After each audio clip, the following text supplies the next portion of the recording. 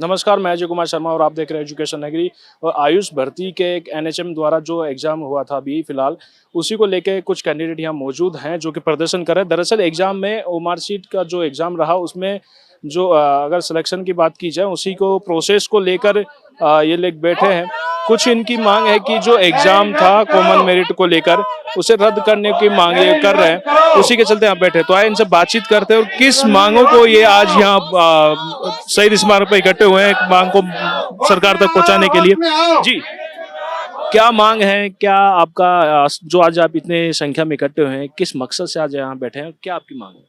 हम विगत एक माह से लगातार जब से 10 अप्रैल को रिजल्ट जारी हुआ है उसमें कॉमन मेरिट जारी की गई है, जबकि शुरुआत से ही पद्धति अनुसार फॉर्म भरे गए थे। सिलेबस जो था 60% जो कि चयन का मुख्य आधार था वो पद्धति अनुसार था।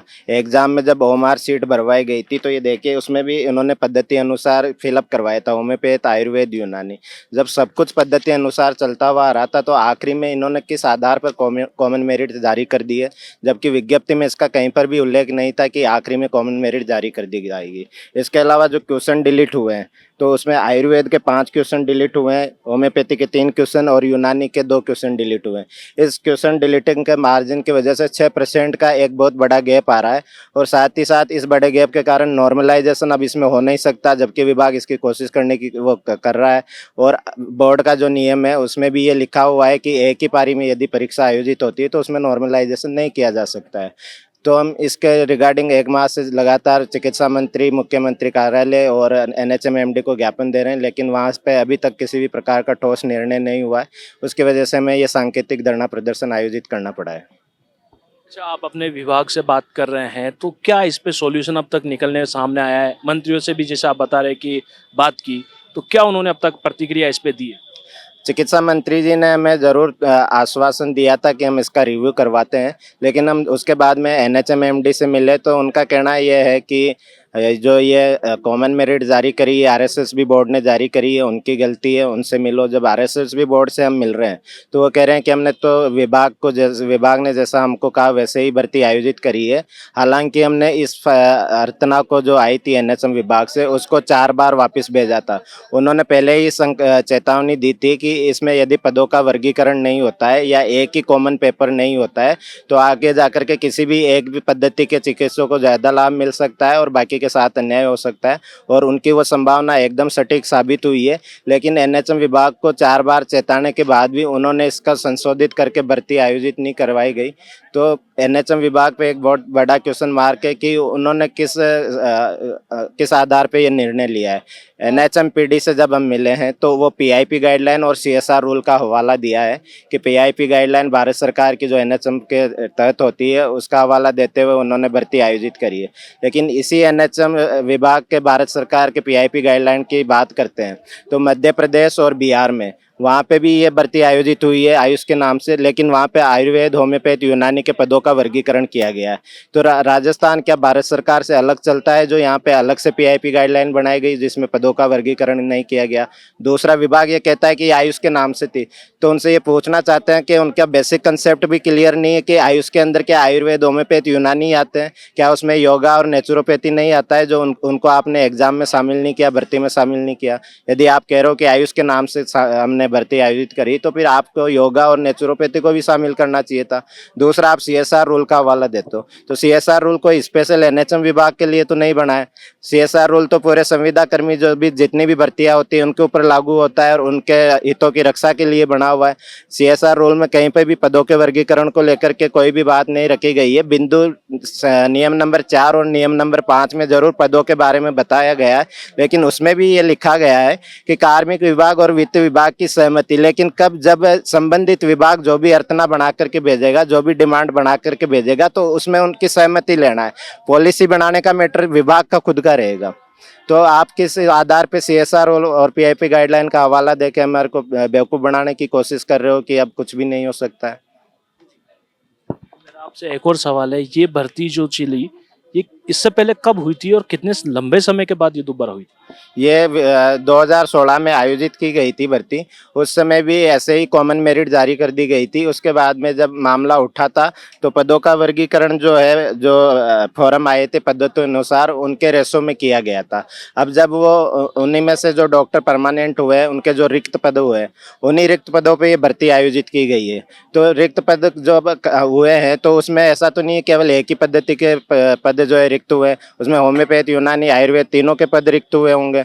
तो उन रिक्त पदों को क्या आप एक ही पद्धति से भरना चाहेंगे?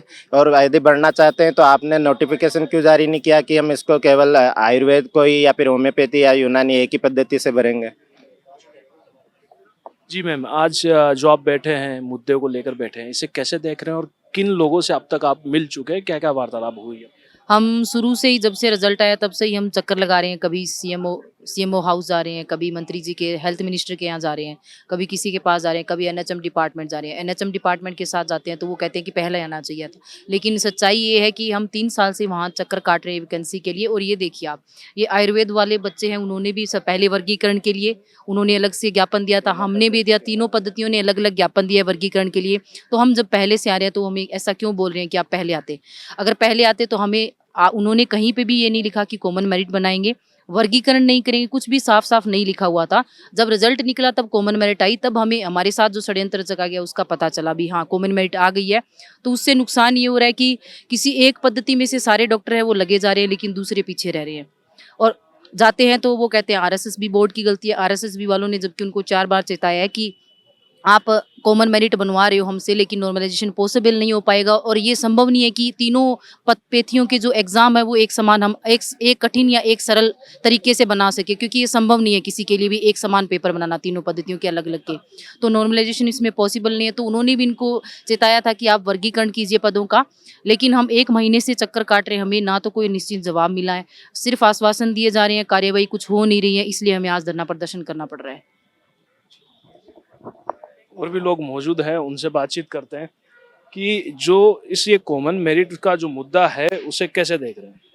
जी, आज आप यहाँ मौजूद हैं और ये मुद्दा आपका जो कॉमन मेरिट का रहा, जी सर। इसमें जो आपके अभ्यर्थी हैं जी वो किस तरह प्रभावित होंगे, क्या उनको नुकसान पहुंच सकता है कॉमन मेरिट जारी करने से?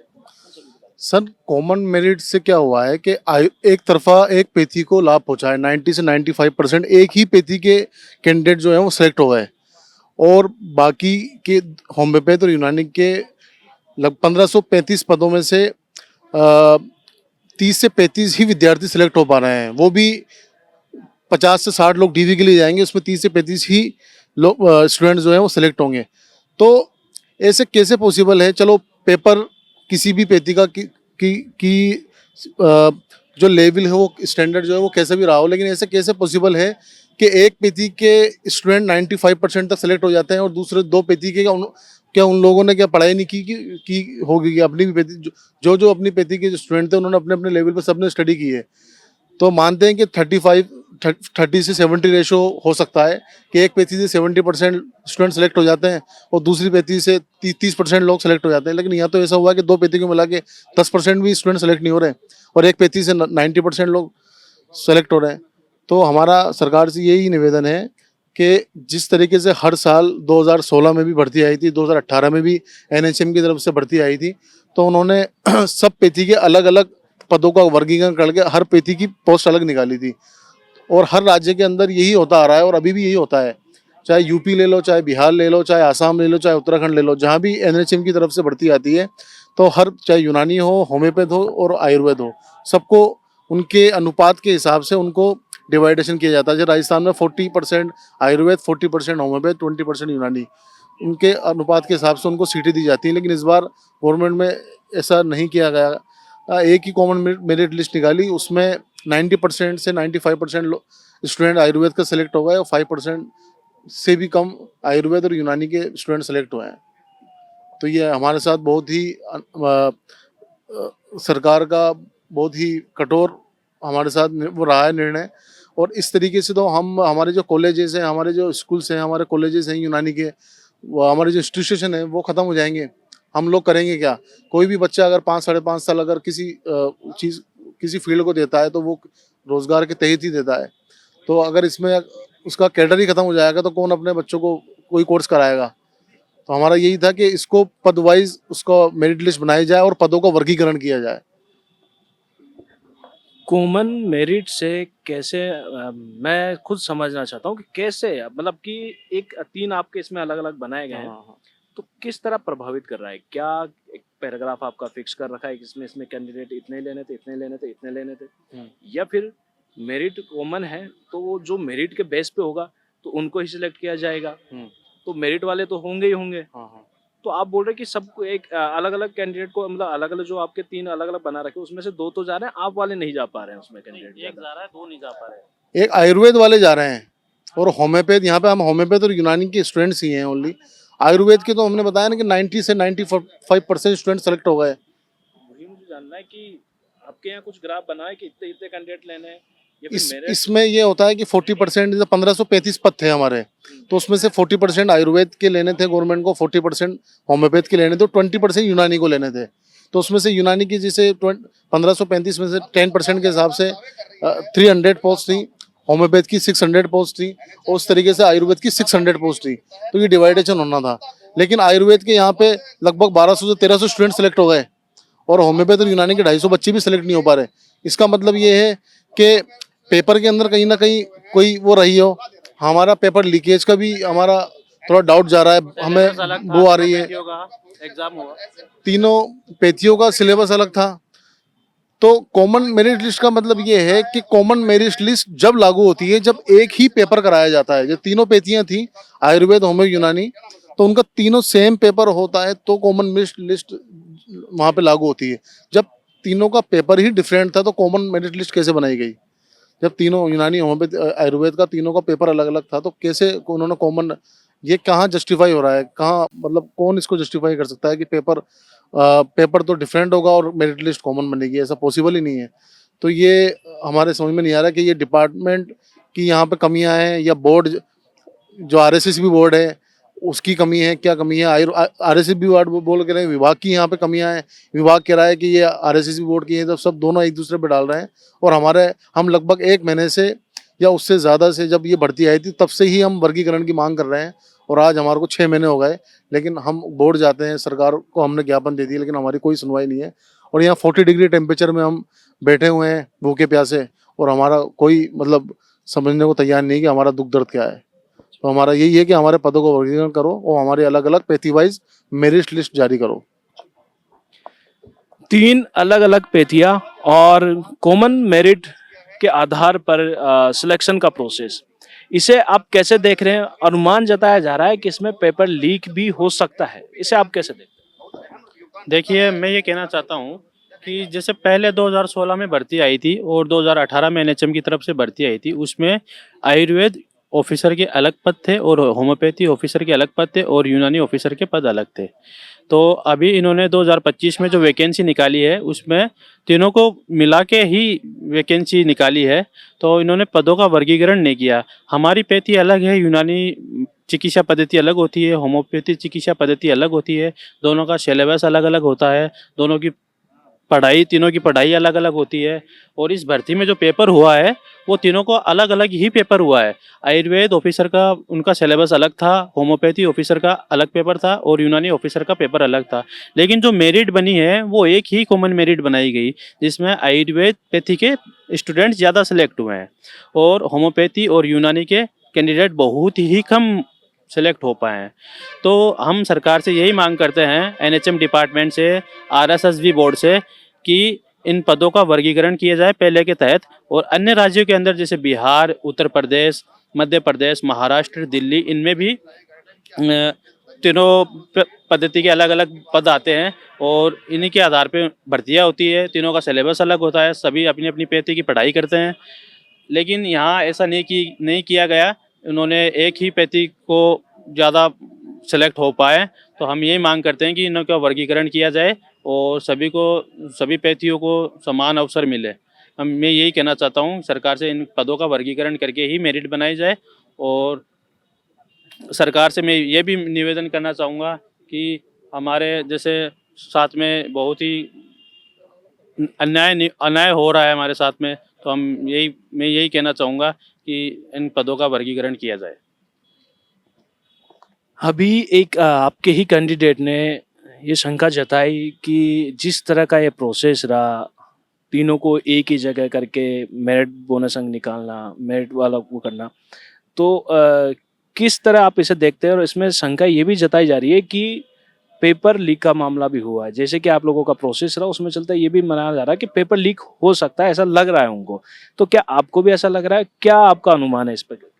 देखो, जब तक हम ये तो कह नहीं सकते कि पेपर लीक हुआ है या नहीं हुआ है, क्योंकि वो काम सरकार तय करती है कि पेपर लीक हुआ है या नहीं हुआ, क्योंकि वो ठोस सबूतों के तहत ही, या पुलिस है या कोर्ट है, ये ही डिसाइड करता है। ये हम नहीं बोल सकते कि पेपर लीक हुआ है या नहीं हुआ है। हम अपनी जायज़ मांगते हैं सरकार से कि हम यूनानी चिकित्सा पद्धति और होम्योपैथी चिकित्सा पद्धति के पदों को अलग अलग करके और उन पर भर्ती की जाए। मैं यही मांग करता हूँ।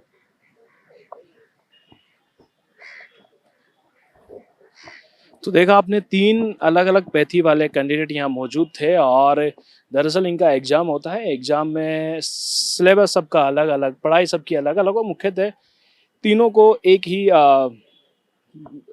बोनस अंक के आधार पर, मेरिट के आधार पर, माफ़ी चाहूँगा, मेरिट के आधार पर तीनों का एक ही रिज़ल्ट जारी कर दिया गया।